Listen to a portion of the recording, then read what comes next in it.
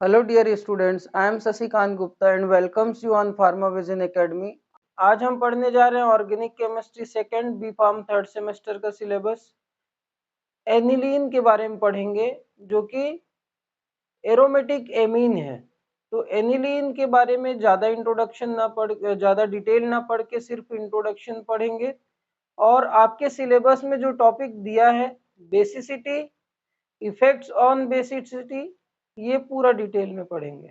तो अभी देखने जा रहे बेसिसिटी।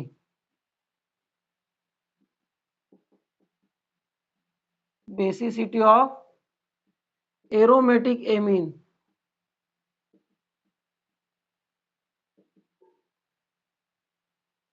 एरोमेटिक एमीन तो बेंजीन रिंग में जब एक हाइड्रोजन हटा दिया जाता है, एक हाइड्रोजन हटा के उस रिंग में अगर NH2 ग्रुप जुड़ जाए, एमीन ग्रुप है वो, उसको हम बोलते हैं एनिलीन, जो कि क्या है, एरोमेटिक एमीन है। Amine group on aromatic compound that is known as aromatic amines. ठीक है, यदि कोई एमीन ग्रुप एरोमेटिक स्ट्रक्चर पे अटैच हो जाए, उस रिंग से अटैच हो जाए, वो कहलाएगा एरोमेटिक एमीन्स। तो एरोमेटिक एमीन जो होता है वो जनरली बेसिक नेचर का होता है। बेसिक, बेसिक मीन्स जिसका पीएच मोर देन 7 हो, जिसका पीएच मोर देन 7 हो। तो इस पीएच 7 की वजह, या फिर ये बोल सकते हैं बेस होने की रीजन क्या है, बेस होने का रीजन क्या है, तो उसमें उस एनिलीन के स्ट्रक्चर में जो नाइट्रोजन होता है, उस नाइट्रोजन में पाया जाता है लोन पेयर ऑफ इलेक्ट्रॉन्स। क्या पाया जाता है? Lone pair of electrons. तो एसिड और बेस के कॉन्सेप्ट में आपने तीन चीजें पढ़ा है। अर्हीनियस कॉन्सेप्ट या अर्हीनियस थ्योरी बोलते हैं, ब्रोंस्टेड-लॉरी कॉन्सेप्ट या ब्रोंस्टेड-लॉरी थ्योरी, और तीसरा आपने पढ़ा है लेविस कॉन्सेप्ट। लेविस कॉन्सेप्ट के अकॉर्डिंग ऐसा कंपाउंड जो लोन पेयर ऑफ इलेक्ट्रॉन रखता हो और वो किसी दूसरे को lone pair of electron donate कर सके, उसको हम बोलते हैं बेस। इसको बोलते हैं लेविस बेस। तो नाइट्रोजन में लोन पेयर ऑफ इलेक्ट्रॉन पाया जाता है, केमिकल रिएक्शन के दौरान ये लोन पेयर ऑफ इलेक्ट्रॉन किसी दूसरे को दे सकता है। तो लेने वाले को हम बोलते हैं एसिड। क्या बोलेंगे? लोन पेयर ऑफ इलेक्ट्रॉन लेने वाले को बोलेंगे एसिड, वो भी लेविस एसिड। तो दो कॉन्सेप्ट मैंने आपको बताया, एक लेविस एसिड और लेविस बेस। अब देखो, कोई अगर बेस है, कोई बेस है तो उसकी बेसिसिटी ज्यादा होगी या कम होगी, वो इस बात पे निर्भर करता है कि कितनी आसानी से वो अपने लोन पेयर ऑफ इलेक्ट्रॉन दे सकता है। यदि कोई बेस है और उसके पास लोन पेयर ऑफ इलेक्ट्रॉन है, तो जितना आसानी से वो अपने लोन पेयर ऑफ इलेक्ट्रॉन किसी दूसरे को दे देगा, उसका बेसिक नेचर उतना ही ज्यादा होगा। इजली इलेक्ट्रॉन्स दे देगा वो और फास्ट देगा, उस समय वो स्ट्रॉन्ग बेस होगा। यदि कोई कंपाउंड या कोई कंपाउंड जिसके एटम में लोन पेयर ऑफ इलेक्ट्रॉन्स है, वो इलेक्ट्रॉन्स देता तो है बट वो इजी इलेक्ट्रॉन्स को नहीं देता, जिससे इलेक्ट्रॉन्स का मूवमेंट स्लो हो जाता है।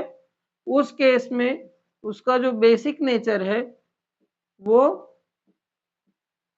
वीक होगा। ठीक, ये दो पॉइंट आपको याद रखना है।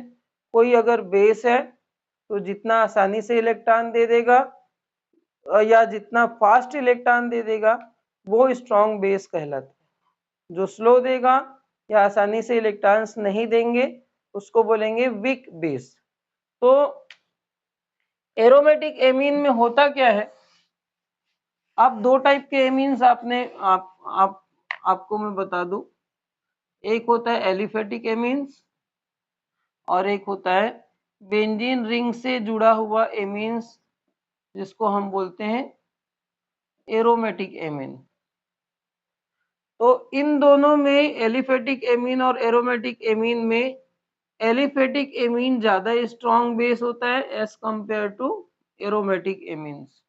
उसके पीछे रीजन है, उसका रीजन है रिजोनेंस। क्या है? रिजोनेंस। नाइट्रोजन में जो लोन पेयर ऑफ इलेक्ट्रॉन्स है वो किसी दूसरे मॉलिक्यूल को आसानी से इसलिए प्रोवाइड नहीं हो पाती क्योंकि ये जो एक लोन पेयर ऑफ इलेक्ट्रॉन्स इधर शिफ्ट होने की बजाय वो बेंजीन रिंग में शिफ्ट हो जाता है ड्यू टू रिजोनेंस, क्योंकि ये इलेक्ट्रॉन विड्रॉइंग ग्रुप की डोनेटिंग ग्रुप की तरह बिहेव करता है, प्लस आर इफेक्ट दिखाएगा। तो होता क्या है, बेंजीन रिंग में आता है रिजोनेंस और हाइब्रिड स्ट्रक्चर डायरेक्ट बता देता हूं, मैं बना देता हूं क्योंकि आपको पहले से पूरे स्ट्रक्चर बता चुका हूं मैं। जिन्होंने देखा नहीं होगा तो प्रीवियस लेक्चर देख सकते हैं रिजोनेंस में। तो ये हाइब्रिड स्ट्रक्चर है। बेंजीन रिंग में ये दो इलेक्ट्रॉन्स कंटिन्यू रोटेट होते रहते हैं, जिसकी वजह से नाइट्रोजन का दो इलेक्ट्रॉन आसानी से एसिड के लिए अवेलेबल नहीं हो पाता। इस कारण से ये as compare to alkyl amine weak base है। ठीक है, alkyl amine is a strong base, this is weak base. ठीक है, तो ये क्वेश्चन भी एग्जाम में आता है कि alkyl amine is having more basicity as compare to aromatic amine, why, या फिर एक्सप्लेन। ये सेंटेंस बन के आता है तो उस समय आप इसको due to resonance effect the availability of lone pair of electrons to acid will be decreases due to resonance करके आप समझा सकते हो। और इसमें रिजोनेंस नहीं पाया जाता है एल्काइल ग्रुप में। ठीक है, एल्काइल एमीन में। अब देखते हैं इफेक्ट्स।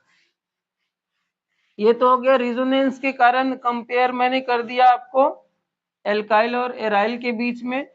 अब देखते हैं अगर बेंजीन रिंग में, या फिर ये बोल सकते हैं एनिलीन या एरोमेटिक एमीन की बेसिसिटी और किस बात पे निर्भर करती है। ठीक, तो क्वेश्चन आता है एग्जाम में, explain in detail about effects on basicity of aromatic amines due to substituent.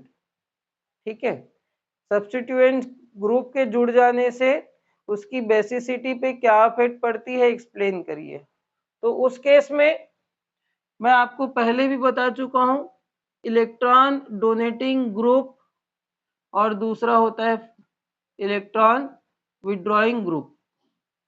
Electron donating group क्या करेगा, बेंजीन रिंग को अपने इलेक्ट्रॉन्स देंगे, डोनेट करेंगे। इलेक्ट्रॉन विड्रॉइंग ग्रुप क्या करेगा, बेंजीन रिंग के इलेक्ट्रॉन्स को अपनी ओर शिफ्ट कराएंगे। जब इलेक्ट्रॉन डोनेटिंग ग्रुप जुड़ेगा,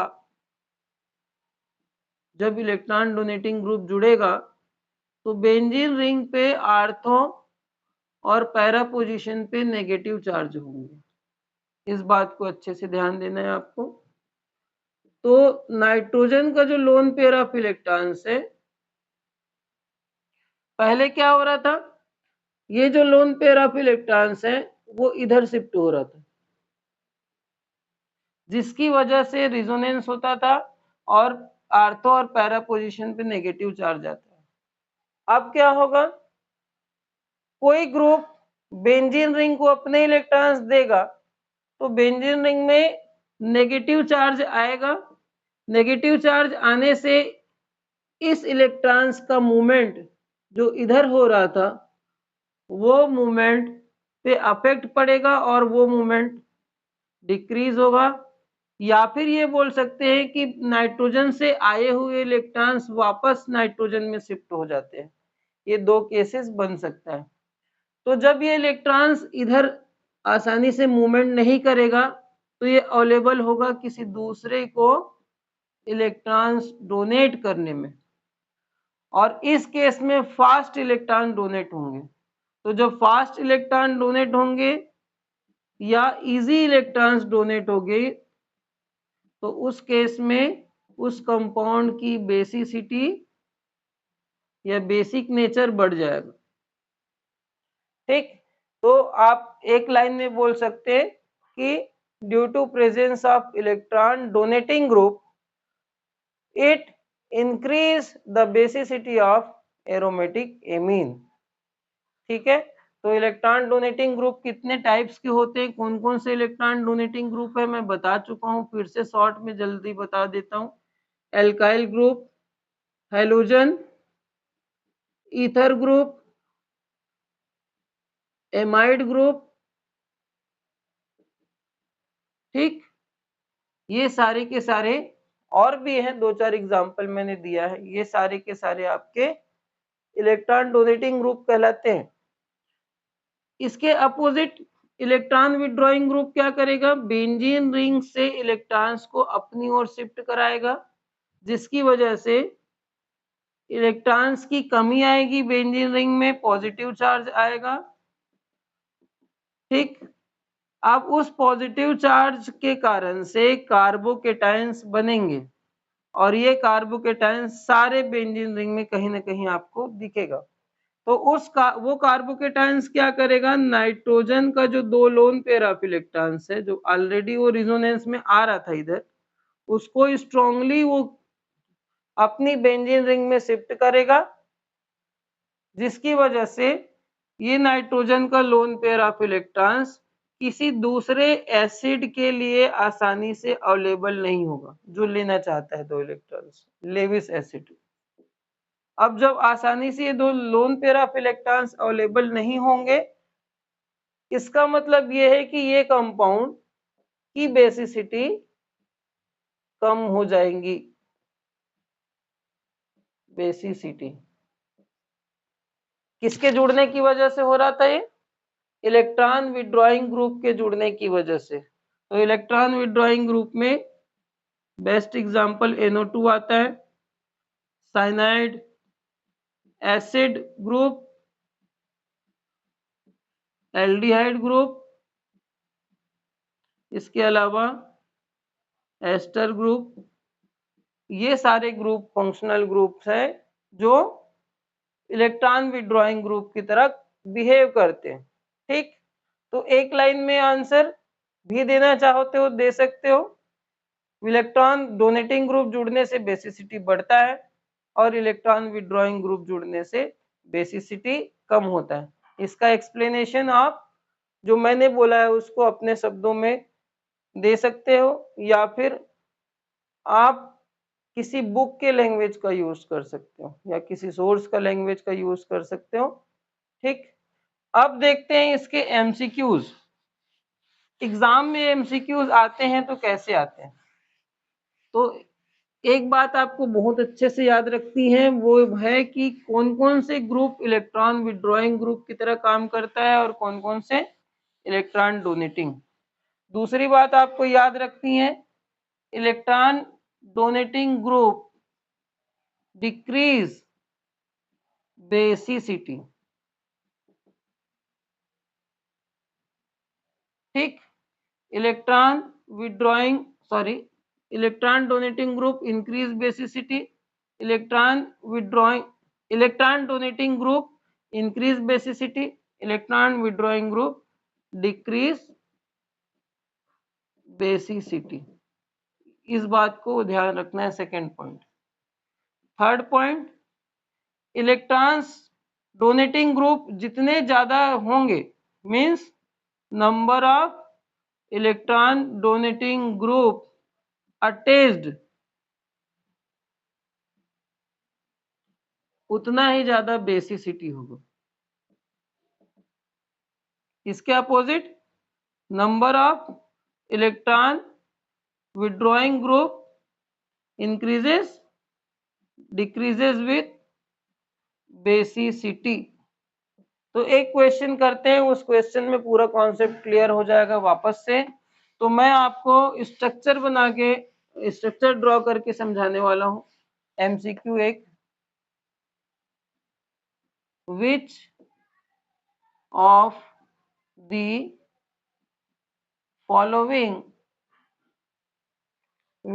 फॉलोइंग आर मोस्ट स्ट्रॉन्ग, या फिर ये बोल सकते हैं स्ट्रॉन्गेस्ट बेस, सबसे ज्यादा स्ट्रॉन्ग बेस कौन सा है। तो 4-5 स्ट्रक्चर में ड्रॉ कर देता हूं। फर्स्ट स्ट्रक्चर जिसमें एनिलीन है, सेकेंड स्ट्रक्चर जो कि एनिलीन के साथ एल्काइल ग्रुप जुड़ा है, थर्ड स्ट्रक्चर जिसमें एल्कीन के साथ 2 एल्काइल ग्रुप जुड़ा है, फोर्थ स्ट्रक्चर जिसमें एल्काइल के साथ एनिलीन के साथ 3 एल्काइल ग्रुप जुड़े, 3 मेथाइल ग्रुप जुड़ा है। नेक्स्ट स्ट्रक्चर जिसमें एनिलीन के साथ एक NO2 ग्रुप जुड़ा है, एनिलीन के साथ 2 NO2 ग्रुप जुड़े हैं। और नेक्स्ट स्ट्रक्चर लास्ट में ये ड्रॉ कर देता हूं, एनिलीन के साथ 3 NO2 ग्रुप जुड़े हैं।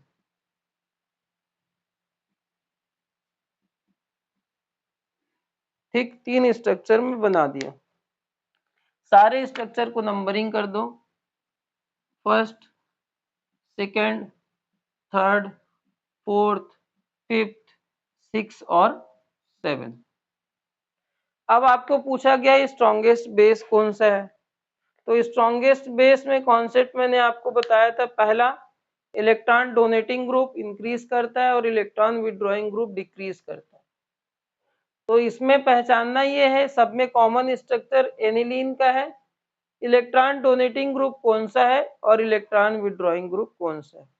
दूसरा, जितना ज्यादा इलेक्ट्रॉन डोनेटिंग ग्रुप जुड़ेगा उतना ही बेसिसिटी उसकी ज्यादा होंगी, और जितना इलेक्ट्रॉन विड्रॉइंग ग्रुप जुड़ेगा बेसिसिटी उसकी उतनी ही कम होगी। तो पहला स्ट्रक्चर देखते हैं। सबसे ज्यादा स्ट्रॉन्गेस्ट बेस कौन सा होगा, जिसमें सबसे ज्यादा इलेक्ट्रॉन डोनेटिंग ग्रुप जुड़ा हो। ठीक, तो this is fourth structure. Fourth structure is strongest, 3 electron donating group जुड़े हैं। उसके बाद 2 इलेक्ट्रॉन डोनेटिंग ग्रुप जुड़े हैं, फिर 1 इलेक्ट्रॉन डोनेटिंग ग्रुप, फिर एक भी इलेक्ट्रॉन डोनेटिंग ग्रुप नहीं जुड़े हैं। उससे कम बेसिक होगा कौन, 1 इलेक्ट्रॉन विड्रॉइंग ग्रुप वाला। ठीक, उससे भी कम बेसिक कौन होगा, 2 इलेक्ट्रॉन विड्रॉइंग ग्रुप वाले। कौन सा स्ट्रक्चर है ये, नहीं स्ट्रक्चर नंबर मैं बता, स्ट्रक्चर नंबर है ये 5, और उसके बाद है ये स्ट्रक्चर नंबर 7। ठीक, 4 4 3 2, ये आएगा 1, उसके बाद होगा 5, स्ट्रक्चर नंबर 5, फिर 6, फिर ये 7। दिस इज वीकेस्ट बेस, सबसे कमजोर बेस है ये, क्योंकि इसमें 3 इलेक्ट्रॉन डोनेटिंग विड्रॉइंग ग्रुप जुड़े हैं। फिर उसके बाद ये, फिर ये सब सबसे ज्यादा स्ट्रॉन्गेस्ट बेस होगा स्ट्रक्चर नंबर 4। ठीक, तो ऐसे एमसीक्यूज आते हैं। तो उस केस में आपको कौन कौन से ग्रुप है जो इलेक्ट्रॉन विड्रॉइंग है और डोनेटिंग, आपको बहुत अच्छे से याद रखना है। एमसीक्यूज मोस्ट इंपॉर्टेंट एमसीक्यूज यहाँ से आते ही हैं, अगर कॉन्सेप्ट क्लियर नहीं है तो बनेगा ही नहीं। रट के आप कभी भी एमसीक्यू सॉल्व नहीं कर सकते हैं, आपका कॉन्सेप्ट क्लियर होना चाहिए, पूरी थ्योरी अच्छे से क्लियर होनी चाहिए, तभी आप एमसीक्यू सॉल्व कर सकते हैं। तो ये तो था basicity on aromatic amine and effects on basicity due to presence of substituent groups. Thank you so much for watching. Next video में फिर मिलेंगे नए टॉपिक के साथ। इस चैनल को सब्सक्राइब करें, इस वीडियो को लाइक करें, बेल आइकॉन को प्रेस करें। Thank you so much, have a nice day.